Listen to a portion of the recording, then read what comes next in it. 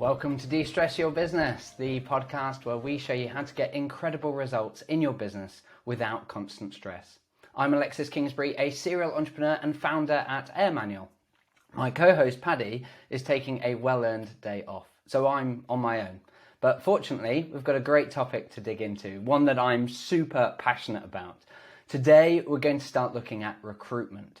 And in the upcoming episodes, we'll go deep into how to consistently hire A players who will deliver incredible results for your business. But before we get carried away, we need to get clear on what an A player actually is, and then answer the big question that might be in your mind, which is, can you actually afford to hire one?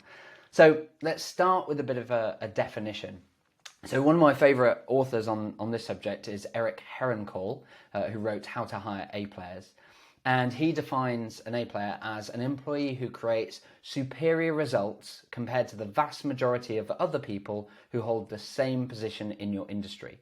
And I've seen A player defined in other books and resources and so on as being essentially the top like 10% or whatever or higher, or 15% of people in that particular, that are available for that particular role, that particular industry, for at a particular amount of pay as well. There's not often there's not an assumption of, oh yes, they'll be the highest paid, and in fact that's a really important point. So you've got this this concept of essentially getting people who are really, really good and can create superior results. So the key then is to work out what position are you going to hire an A player in? And of course, for in general, we talk about wanting to hire A players into all roles in your company. And whilst that's a fantastic thing to strive for, often you'll find that not everyone are A players at all times. Typically when someone first joins the organisation, for example, they're not suddenly getting superior results versus other members of your team from day one, but you can get them there. And equally, there are times when individuals in your team might slip back in their performance and become B or even C players, and so they need support to kind of get back there. So it's not to say that everyone will always be an A player. However, we should be aiming for that, and the starting point is work out what position that you want to hire into. Now, one of the most common mistakes that we tend to see is that business owners think, oh, well, you know, the most important role that I need an A player in and that I need to delegate into is to try and replace myself as the founder, as the MD. And as a result, you'll be looking to hire someone with incredible skills in many areas, that can operate, you know, as either the chief operating officer, as the CEO, as the managing director, in all areas of the business. But frankly, the answer to whether you can get an A player in that role, the answer is probably no for most people at most stages of business, because you can't afford to get someone who can do everything that you can do.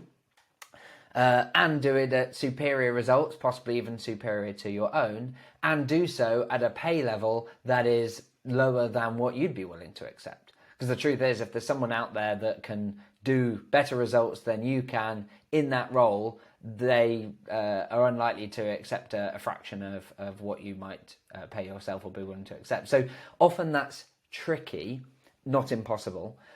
But there is a really powerful way of avoiding that issue, because when we start getting clear on more specific roles, then the number of candidates available out there in the world actually gets bigger. So to clarify that, when you've got a role that basically you're expecting brilliance across a number of different areas. So for example, if we want to hire an MD, maybe we want them to be a great leader, but also really great at being in the detail. They understand finance, but also a really good people person that can bring people around, and they understand the processes across the business, but also deal with the numbers, and also think about the marketing and can speak well about the business. Like, there's too many things that they have to be good at, and as a result it is very challenging to find someone who's got all of those amazing skills. Whereas when you get really specific, then we can make it possible for them to we can make it much easier, at least, for us to find candidates that can be really excellent at that. For example, to say we need someone who's really comfortable with the financial numbers and can do a really good job of that. That's a lot easier to find someone who's an A player in that role rather than across everything, across the board. So how do we approach this? What's the kind of steps that we'd go through?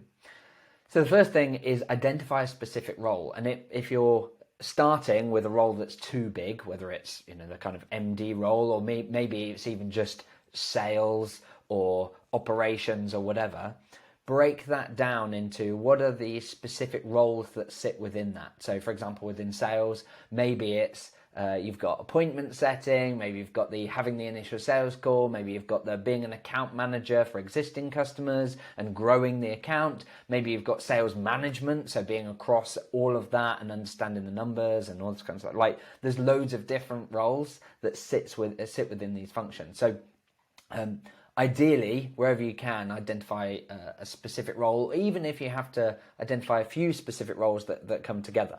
For example, for us, when we first started hiring essentially salespeople, we created a customer success representative role that included some sales aspects, so the kind of doing demo calls, because it's software product, doing demonstration calls, but also doing some support, so responding to customer emails and messages and so on, but then also some customer success support, so analysing customer usage and as a result reaching out proactively to help them to achieve their results, get really clear on what it is that the customer's looking to achieve and come up with plans to help them to do that and so on. So like, there's a few different things in there, and actually even a little bit of appointment setting and so on.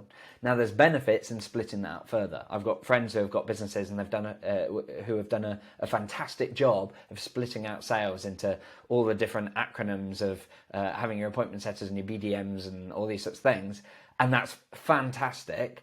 It's often challenging when you're first starting to be able to have lots of people in the organization, although you can do it fractionally, right? So you can have freelancers that do bit and so on. But as much as possible, identify a specific role. Then, before we start looking at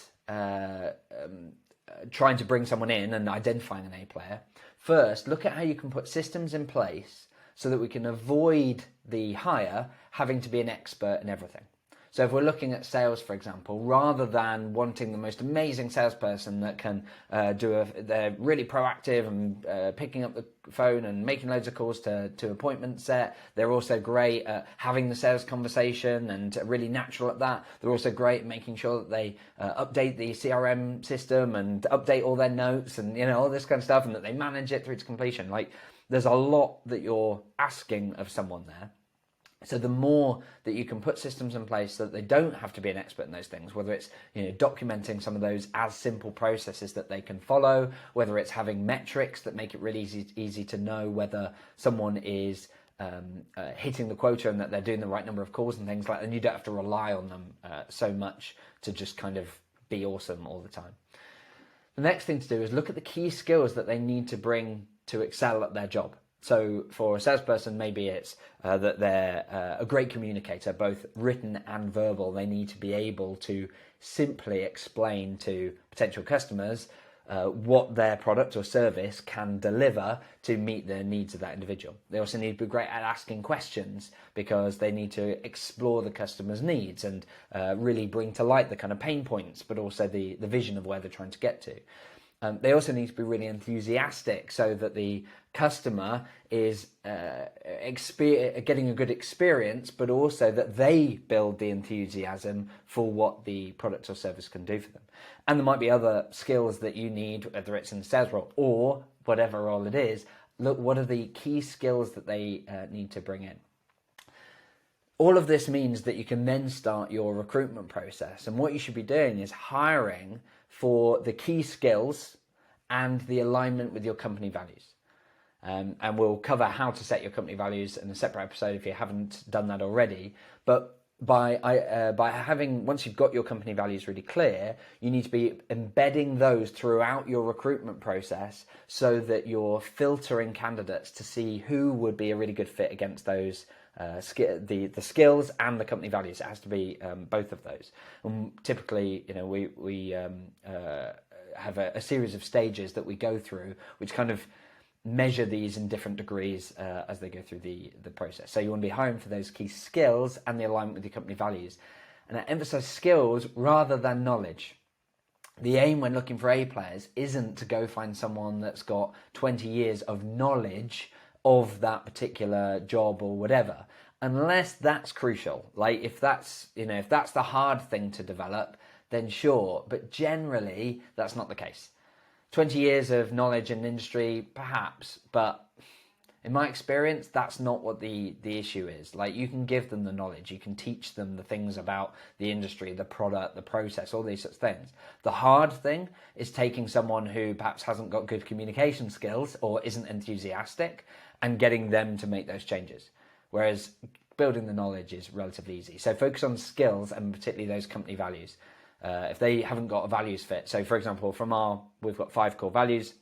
Our third one is attention to detail. We believe that we are faster when we are careful and with the kind of detail. By which I mean that if we believe that if we make a mistake, it takes longer in the long run. Therefore, it makes sense to be slower and get things right. Now, if you're someone that doesn't believe that, and you believe that, no, I want to hack and move quickly, and if we make mistakes, fine, like that's fine. In some businesses, that's a value set to have. But someone like that in my businesses will constantly bash against other members of the team and our ways of working, because they will go, oh well, we don't want to be perfectionist about this. Let's just get it out. And everyone else in the team, and indeed the way in which we work, will jar against that, and so they won't be a good fit. So that's one of 5 core values that we use to make sure that someone's a good fit in our organisation. So once you can create your recruitment process, and we'll cover in a separate episode exactly how that should look. But your aim through that process is to find someone who's in the top 10%, 20%, given the role and the compensation that you're willing to offer. Now, it doesn't mean that they're perfect, but it does mean that you've made a great and affordable hire. And when we say the top 10 to 20%, the important thing here is that you've got enough candidates to even be able to draw that conclusion. So many business owners will put a job advert out there, get a handful of candidates, literally 5, and look at their CVs, pick 3 to interview, 1 doesn't turn up, and you pick between the other 2. That is not, you haven't got sufficient options there to really draw conclusions over whether you're going to get good results and whether you're going to end up with an A player there. We get a lot of candidates through our process, and I'll share in a subsequent episode exactly what we do and how many candidates we have and the percentages that flow. So make sure that you subscribe so that you get this. But like having a handful, having even 10 is too few. I'd say minimum you want to be looking for 30 plus candidates in the top of the funnel. We actually aim for hundreds in most cases. So the big benefit of that is by having comparison, it makes it much easier for you to see whether someone comparatively is an A player. So by doing this, why do all of this work, all these recruitment stages, all these candidates and so on? Ultimately, there's huge business benefits in terms of having A players, in terms of their performance and so on. And that, coupled with some other aspects, means that you'll actually reduce a lot of the sources of stress in your business. Firstly, you'll hire someone who's a good fit for your company and has the capability to excel in the role. That means that you're not going to get stress created by the fact that they jar with other people because they haven't got that values fit, maybe around attention to detail, like the example I gave earlier, but maybe it's around one of our other core values, like always looking to improve. People in our organization are generally a good fit if they're passionate about always improving both themselves, but also the business and our processes and all these sorts of things. If we have someone in the business who's like, oh no, I don't really read those kind of self-help kind of stuff, or I prefer fiction, I don't really read blogs, listen to audiobooks, don't tend to do this, they're unlikely to be a good fit in the organization. It'll create tension and stress because it won't be a good fit. So that's a really important aspect. But also they've got to have the capability to excel in the job, and if they've got the skills that you need for the role, that's much more likely. The second area of stress that you're going to reduce is, of course, a great hire should lead to better results fewer mistakes, less frustration, less conflict, because the team's not having to carry them.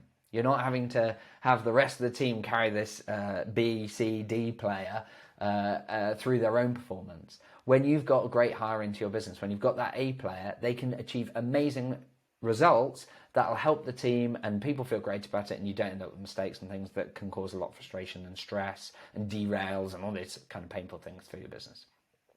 Thirdly, it's less likely that the employer will leave. So when you've got an A player who's a really good fit for your organization, when they've got a good culture fit, they've got a good values fit, when they have the skills to be able to do the role, and that you've gone through a recruitment process to make sure that they're the right fit, and we'll cover how that recruitment process should look. But one of the important aspects of it is it's a two-way street, right? You're selling your business as an employer as much as you're qualifying them as a good fit for you. But by doing that and making sure that you've got an A player, making sure they're a good fit, making sure that they can then deliver great results, and a big part of that is their onboarding, which we've covered in previous episodes. So do check those out if you haven't listened to those on how to onboard and get people at speed. When you do all of that, you're much less likely that the employee will leave, which we know that if an employee leaves your organization, particularly within the first few months, even the first year, typically that's going to cost your business 3 times that person's salary in hiring costs, in wasted time and wasted training and wasted costs on their salary, but also tools and management and so on. So it's really important that you hire the right people, that they're a good fit, and that you then onboard them really effectively so that they don't leave and you don't have those additional costs. So hopefully it's now clear what an A player is, and that yes, you do want one, and actually you can afford one, because you don't have to pay over the odds for them. Ultimately, you're just trying to get someone who's in the top 10% of candidates available for that role and at that price range. That's the key, right? It's not about being able to just pay over the odds to get amazing people. There are amazing people at every salary range. But it's a relative game, and you need a decent number of candidates going in the top of the funnel for you to be able to evaluate that. Sometimes there are situations where the candidates aren't quite where you need them to be, and you need to be able to increase the amount that you can afford. However, it's not just the amount you pay. And in fact, my experience is that A players, they're kind of, they're sharp enough that they know that they want to be paid well, competitively at least. But actually, money isn't the motivating driver. It's growth. It's work-life balance. It's feeling like they're having an impact. All those sorts of things become much more important. And we'll talk in a subsequent episode of how you can make roles really attractive, and an example of how a role and the employer was made so attractive to work for that even when employees were offered 2 or even 3 times their salary, still chose to remain loyal because of the benefits of being there. So it's not just about money. So you can afford an A player, and assuming you can afford to hire at all, of course, and we'll cover that in a separate episode. But assuming that you need to hire, you can afford to hire A players. Don't lower the bar. Don't go for the B and C and D and E players and tolerate that level of performance. It will hold you back, and it will cause a lot of stress. Now, as mentioned a few times throughout this episode, there's a lot more to creating a great recruitment process than what I've covered today. So tomorrow, we're going to start by looking at what a great recruitment process really looks like, and how that's done end to end. And we'll be starting with the true story of how a small and unknown company gets over 1,000 candidates for every role that they're recruiting into. So look out for that one. Now, as regular listeners will know, we also run a weekly webinar on how to free up 15 hours per week and remove the constant stress of running a business without slowing down growth. This is really important when you're thinking about, I haven't even got enough time to recruit, or I'm not sure whether I can afford it or whatever. This is crucial. If you attend this webinar, you're going to see where you should be delegating, where you should be recruiting into, and how you can make that not stressful, not time consuming, and not be a derailer to your other progress by having to hire. So do join that. It's typically every Wednesday at 1 p.m. UK time, but you can find out more and register at www.airmanual.co/webinar. Now, if I can ask a favor, please, if you're listening to this on our podcast, on a podcast channel, then please just take 1 minute to leave an honest review if you found the content today really valuable. That's going to help the podcast get more visibility and help more people. If you're consuming this currently on social media, please do repost it, share it, like it, subscribe. That massively helps, and it means that we can get more content designed for you. And if you've got questions, if there's things that you'd like us to cover in future episodes, post in the comments, send us a message. We'd love to help. So otherwise, until next time, have fun.